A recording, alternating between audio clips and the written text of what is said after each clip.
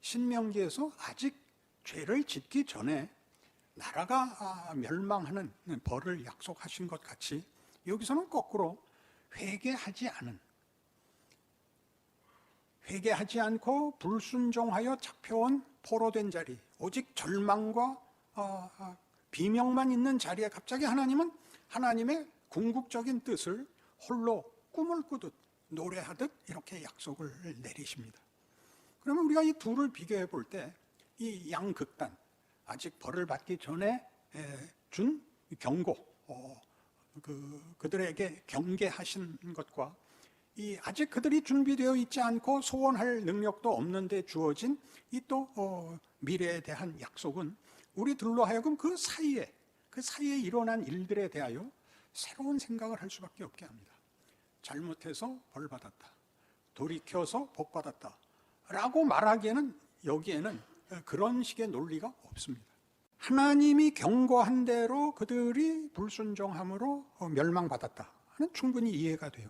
그러나 거기서 멸망받은 자리에서 회복이 전혀 이루어져 있지 않은 상태에서 하나님의 꿈이 너희는 나의 영광, 나의 복된 백성이라 만민 위에 뛰어날 것이다는 여기에서 줄 수 없는 상태에서 이 약속이 있다면 여기에서 한 얘기도 잘하면 복 받고 못하면 벌 받는다라는 등식으로 설명을 하려면 그 다음에 약속이 근거 없는 약속이 된단 말이죠.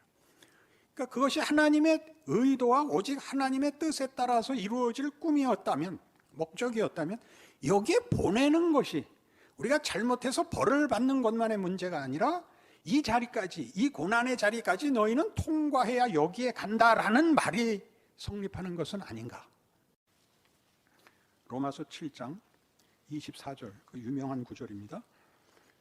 248페이지쯤 있습니다. 오호라 나는 곤고한 사람이로다. 이 사망의 몸에서 누가 나를 건져내랴. 이건 모든 인류 그리고 신자들에게도 있는 고백입니다.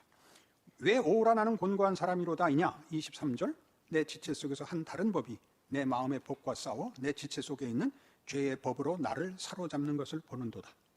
내 마음에 하나님의 뜻을 행하겠다는 마음과 죄의 뜻을 따르겠다는 마음이 갈등을 일으키고 있는데 언제나 누가 이긴다? 죄의 법이 이긴다. 나는 곤고한 사람이다. 이 사망의 몸에서 누가 나를 건져내랴. 그랬더니 이제 예수로 말미암아 답이 오는 거죠. 우리 주 예수 그리스도로 말미암아 하나님께 감사하리로다. 이 갈등에서 이 경쟁에서 늘 죄의 법이 이기는 존재가 자신의 파멸, 자신의 실패에 대하여 절망의 소리를 냈는데 거기에 예수가 등장하여 우리 주 예수 그리스도로 말미암아 하나님 아버지께 감사하리로다 그랬으면 이제 선한 의지가 이기는 얘기가 나와야 되는데 뜻밖의 반복적으로 그런즉 내 자신이 마음으로는 하나님의 법을 육신으로는 죄의 법을 섬기노라.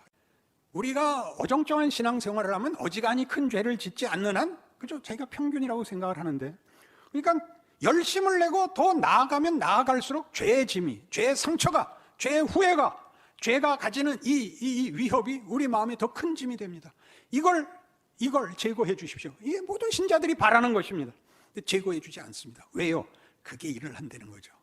죄가 어떻게 일을 하죠? 우리를 죽이지 못하는 한, 모든 고난은 그게 우리를 죽이지 못하는 한 그것은 우리에게 유익이 됩니다. 동기란 불 붙는 데를 뛰어 들어가야 되는 것이고 목숨을 각오해야 되는 일에서만 일어나는 덕목입니다. 하나님이 우리를 도대체 뭘 만들려고 그러는 건지 상상이 가지를 않습니다. 죄를 없애고 죄를 안 짓고 정도가 아니라 죄를 짊어지고 따라오려는 겁니다. 그게 십자가죠. 죄를 짊어지고. 예수가 십자가를 진다는 건 무슨 뜻이냐면 그가 신으로서 능히 그것을 파괴해버릴 수도 있고 외면할 수도 있고 없앨 수도 있는 것을 인간으로서 짐을 지고 한계를 가진 인간이 되어 그것을 짐으로 지고 하나님의 뜻을 따라가는 것이 십자가입니다. 그러니까 우리의 훌륭함은 결단코 순수해져서 훌륭한 것이 나오는 것이 아니라 이 반대하고 그러면 이 마음을 다잡기 힘든 것을 끌어안은 채로 명예와 위대함을 발언하는 것입니다. 행동하는 것입니다.